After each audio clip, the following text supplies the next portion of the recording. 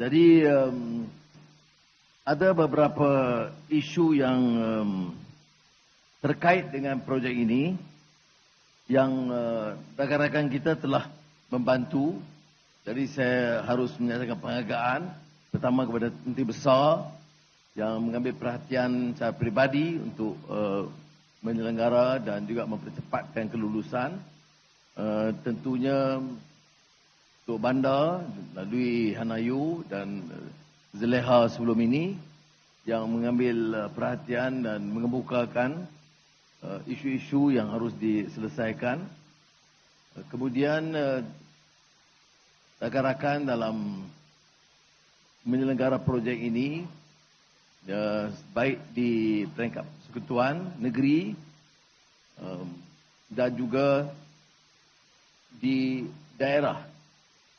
Dan saya ucap terima kasih dan penghargaan kerana semuanya mempercepatkan, ya.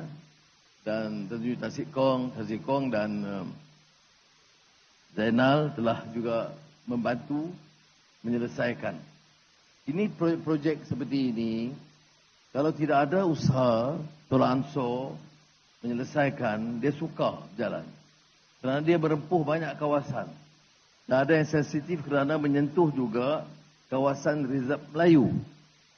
Tetapi saya ucap terima kasih kerana sementara kita terpaksa selesaikan soal tanah kubur, tanah pembangunan, dan tanah kubur yang agak besar juga, memenuhi keperluan perkuburan, permintaan perkuburan di kawasan wilayah persekutuan Bandaraya. Jadi kita cuba selesaikan dengan menyediakan tanah perkuburan di Semenyih. Di samping itu, kita juga telah cuba melihat kepentingan pembangunan yang lebih menyeluruh. Pembangunan supaya projek itu dapat memberi pulangan dalam pelaburan yang munasabah. Jadi sebab itu saya beri perhatian bagaimana boleh kita jana pertumbuhan ekonomi dan menjamin keselesaan, persekitaran, dan soal keindahan dan juga keperluan rakyat tempatan. Di antara yang banyak dibangkitkan oleh penduduk di sini ialah kesesakan. Jadi kita terpaksa hadapi dan kos pembangunan budaya itu agak tinggi. Dan termasuk juga penggantian kawasan perkuburan sebahagian besar bagi orang Islam yang di wilayah persekutuan. Jadi hal ini semua diambil kira. Saya tentunya rakan-rakan di wilayah persekutuan, Datuk Bandar pun ada. Terima kasih banyak atas semua yang dilakukan dengan kerjasama Kerajaan Negeri Selangor. Projek pembinaan jalan pintas Sungai Lalang ini sepanjang 4.3 km menghubungkan jalan Sungai Lalang dan Lebuh Raya Silk. Dan juga yang saya katakan tadi, pembinaan tapak perkuburan Islam yang dibina dan akan diserahkan kepada Jabatan Agama Wilayah Persekutuan. Ini bukan Tasik Kong yang jaga kubur ni, kita serah Jabatan Agama Wilayah Persekutuan. Dan seperti mana kita lalui tadi, kesesakan lalu lintas itu dah sampai ke tahap yang agak serius. Dan saya tahu ahli parlimen di sini memang banyak bangkitkan perkara ini. Tak habis-habis bising. Bukan bising sebab projek, bising sebab jalan raya. Dan tentunya bila siap, dia akan beri keselesaan kepada penduduk. Projek pembangunan jalan pintas ini akan dilaksanakan secara penswastaan melalui kaedah pertukaran tanah yang dimiliki oleh Road Edge Sendian Berhad. Dan pembinaan tapak perkuburan awam orang Islam tentunya seperti mana saya sebut diserahkan sepenuhnya untuk diselenggara oleh Majlis Agama Islam wilayah persekutuan. Dan selain itu harus ditekankan bahawa jumlah keperluan kerana kematian yang meningkat di wilayah persekutuan itu menuntut kita menyegerakan dan memberikan kemudahan yang secukupnya. Mengikut unjuran, jumlah kematian pada 5 tahun akan datang dianggar lebih daripada 3,000 orang. 3,000. Saya pun tak tahu sebab apa ramai yang mati. Tapi mengikut jangkaan unjuran dia. 3,000 setahun. Jadi keperluan menggantikan tempat kerana tidak dapat ditampung di wilayah persekutuan. Kerana Kok Wai kata dia tak mau banyak sangat di situ kerana tak ada tempat dah. Jawi menganggarkan baki tanah perkuburan Islam Raudhah Sakinah Kuala Lumpur boleh digunakan dan bertahan sekitar 3 maksimum 4 tahun saja. Sebab itu projek ini disegerakan dan sebaik siap boleh menampung keperluan baru. Yang akan disediakan di sekitar 100,000 lot tapak kubur yang akan dibina. Jadi saya percaya Majlis Agama Jawi khususnya akan berikan perhatian supaya perancangan itu, Menteri Agama ada, perancangan itu memenuhi keperluan melalui program yang lebih teratur, jalan, keluar, masuk, supaya jangan tidak membebankan pengguna nanti. Hal ini semua kita harus beri perhatian dari awal supaya kita tidak hadapi masalah yang besar. Dan kerja-kerja supaya dia mengambil alih tanah persendirian, soal tanah Rizab Melayu ganti, itu semua kita dapat jaminan daripada Kerajaan Negeri Selangor akan membantu supaya dapat dileraikan secara baik. Saya nak ambil kesempatan ini ucapkan penghargaan kepada Jabatan Wilayah Persekutuan dan juga UKAS kerana banyak bantu menyelenggarakan Jawi. Kerana patutnya Menteri Besar berucap, dia boleh bagi terima kasih dia semua, jadi dia tak berucap. Saya kena ulang terima kasih ni. Dan dicatat nota penting terima kasih khas kepada Menteri Besar Selangor. Yang tu draft yang Menteri Besar tulis tadi. Dan Tazikong, terima kasih terutama kepada syarikat kerana telah memberikan perhatian. Baik. Habis bab rasmi ni. Saya nak sebut di sini. Kita syukur Alhamdulillah. Ya. Kerana kalau lihat angka-angka terkini, prestasi ekonomi kita baik. Kita lihat umpamanya pertumbuhannya itu di rantau membanggakan. Kita lihat kekuatan ringgit itu cukup meyakinkan sekarang. Ya. Kita lihat angka pelaburan yang saya baca tadi. Itu tertinggi dalam sejarah. Semua angka-angka ini penting untuk menambah keyakinan supaya rakyat, termasuk di Semenyih ini, tumpu perhatian. Ada yang lemah, ada yang kelemahan lain, ada yang harus kita perbaiki, kita perbaiki. Ambil sikap yang positif. Mana ada satu keadaan di mana semuanya perfect. Ada kelemahan.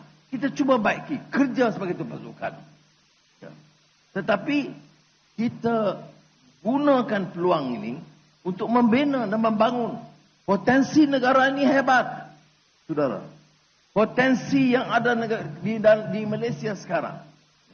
Dengan kekuatan ekonominya, dengan keupayaan kita, dengan tahap pekerjaan dan prestasi bekerja, semua angka-angka ini menunjukkan kita ada upaya untuk mengangkat martabat Malaysia sebagai negara hebat di Asia.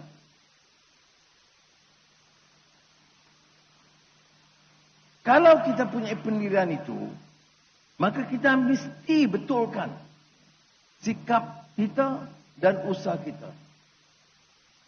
Kerana kalau ekonomi kita ini dalam keadaan lemah, kalau ekonomi tak mampu bangun, kita akan hadapi peluang pekerjaan.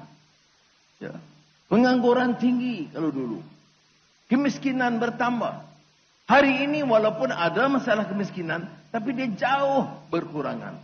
Dan kerajaan Madani bertekad untuk cuba menyelesaikan masalah kemiskinan Tegal.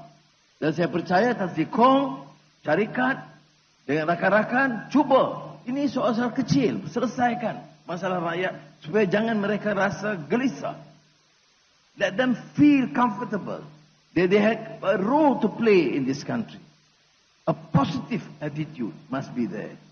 And I believe that with your commitment, your support, we can do it. I mean, a combination of factors.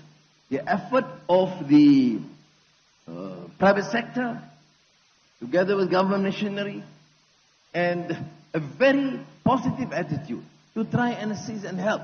We want everyone in Malaysia, irrespective of race or creed, to feel that they are part of this great country. They can together build a new Malaysia. And that is precisely our aim. Ya. Jadi saya harap rakan-rakan harus gunakan peluang ini. Betul kita tengok pembangunan. Kita lihat yang gagah akan timbul. Saya lihat beberapa perancangan yang cukup indah, cukup hebat. Benar. Dan kita harus beri sokongan. Kerana negara sudah berkembang. Tetapi kita harus juga ingat bahawa dalam keadaan begitu yang mana orang senang ramai, masih ada kelompok-kelompok yang tersisih, yang miskin, yang sukar untuk hidup dengan baik. Tanggungjawab kita, kerajaan, swasta, yang kaya, yang miskin, bergelut untuk cuba perbaiki. Dan ini patut jadi sikap kita masing-masing. Maknanya bekerjasama untuk membawa perubahan dalam negara kita. Sudah angka ini memang memukau. Sudah bayangkan. Jangan anggap ini mudah. Jangan anggap ini biasa. Lihat banyak negara-negara lain. Tengok ekonomi mereka. Lihat pengangguran. Lihat tahap kemiskinan. Lihat soal banjir dan masalah-masalah alam sekitar mereka. Itu bergelut untuk hidup. Bergelut untuk dapat nafkah yang halal. Bergelut untuk dapat satu suasana yang agak mengesabah. Tetapi kita, alhamdulillah. Sebab itu saya katakan, cuba baiki. Dan tanggungjawab kita dari kerajaan persekutuan negeri, ahli-ahli majlis, mesti ambil sikap yang positif. Bantu kalau rakyat. Jangan tunggu mereka datang. Cari apa-apa penyelesaian yang baik. Baru boleh kita dapat rakyat merasakan mereka ini sebahagian daripada hidup yang lebih lumayan dan selesa dalam negara kita. Ini yang saya nak pesan. Kerana saya tidak bermaksud mengulang semua angka-angka yang terlalu baik. Pagi tadi di Parlimen, saya baca sekali lagi. Untuk ahli-ahli Parlimen, angka-angka, pelaburan, projek baru, perdagangan. Perdagangan kita. Kita ni bukan negara besar. Negara relatif kecil. Tetapi perdagangan sudah cecah lebih dari 1 trilion ringgit. Bukan kecil. Ini sebab apa? Sebab kerja. Pekerja yang di bawah. Yang bertukus lumus. Peniaga-peniaga dan pengusaha. Semua mereka bekerja untuk mengangkat tahap ekonomi negara kita. Dan ini yang saya ingin gesa semua pihak. Kalau kita pandang ringan hal-hal ini, kita akan terus bergaduh. Tak selesai, tak habis-habis. Gaduh soal kaum, gaduh soal bahasa. Tak selesai semua masalah. Padahal, kita mesti cari jalan penyelesaian. Tengok soal bahasa baru ini, kita ambil sikap.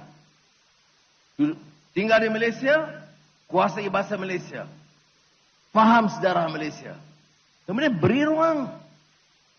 Apa sistem pun. Sekolah Agama Rakyat, UEC, apa juga.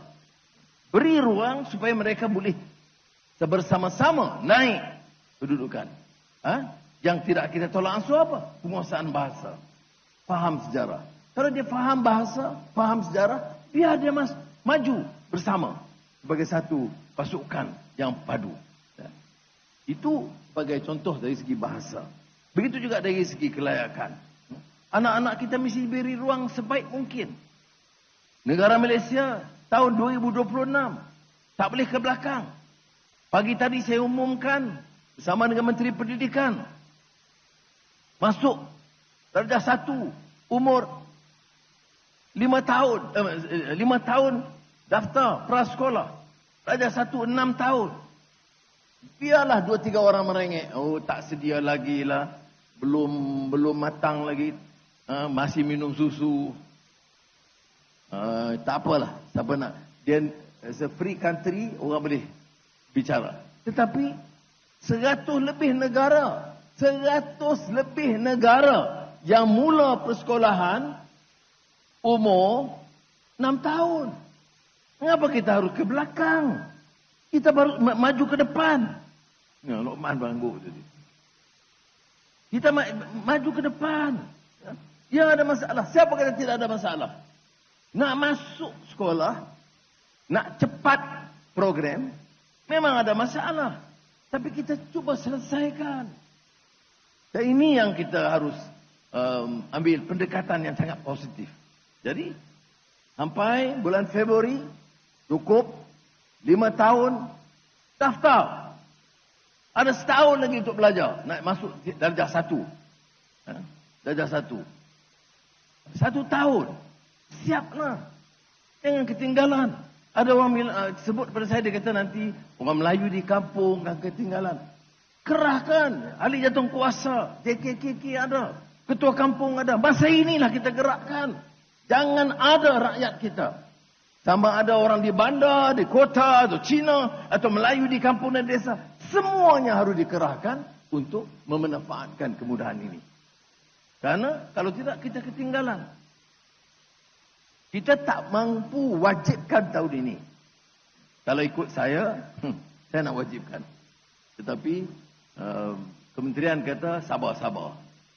Nanti wajibkan marah pula lagi. Okey, jangan wajibkan, tetapi saya nak gerakkan. Jangan ada anak kita yang ketinggalan. Jadi, sebaik mungkin tiap pelajar daftar. Oh, kita ada masalah. Apa dia? Kita nak dapatkan 800 juta ringgit tambahan. Untuk tahun ini saja, nak perlu tambahan lebih 800 juta ringgit. Tak apa. Saya jawab, kita cari ikhtiar. Nak kata money is not a problem, itu tanya Tan Sri Kong. To him, money is not a problem. To me, it is. Tapi kita cari. Sebab apa? Bukan untuk kita boros. Kita nak ambil wang ini, nak bagi anak-anak, bagi guru. Nak bayar guru. Guru baru.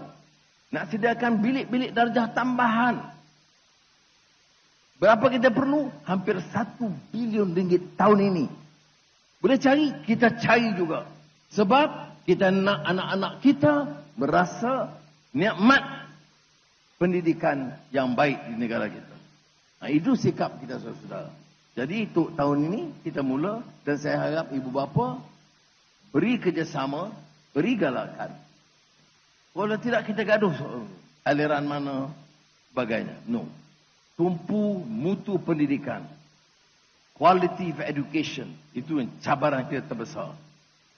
Negara ini kalau mau angkat martabat, mau maju, mutu pendidikan mesti dibaiki. Mesti baik penguasaan bahasanya, bahasa Inggerisnya, bahasa Cina atau bahasa Tamil. Mesti baik pahaman tentang matematik dan sainsnya. Mesti baik dari segi artificial intelligence-nya dan new technology. Ini yang patut menjadi matlamat kita. Jadi cukup ceramah saya petang ini. Saya cuma nak manfaatkan ini baiknya kerana kita datang ke Semenyih. Ramai juga kawan-kawan saya orang kampung berada di sini. Saya nak beritahu bahawa pembangunan ia, bila ada pembangunan ada sedikit banyak masalah, kita cuba selesaikan. Jangan jadi masalah. Bukan saya kata tangguh, saya kata selesaikan. Dan saya pun dengar sendiri dari Menteri Besar, Amiruddin sebentar tadi, dia kata, soal termasuk ada status tanah reserve Melayu. Saya tak mau tolak ansur. Ya, tanah reserve Melayu, kalau kita terpaksa ambil kerana pembangunan jalan, kita akan ganti. Ini yang jaminan daripada Menteri Besar.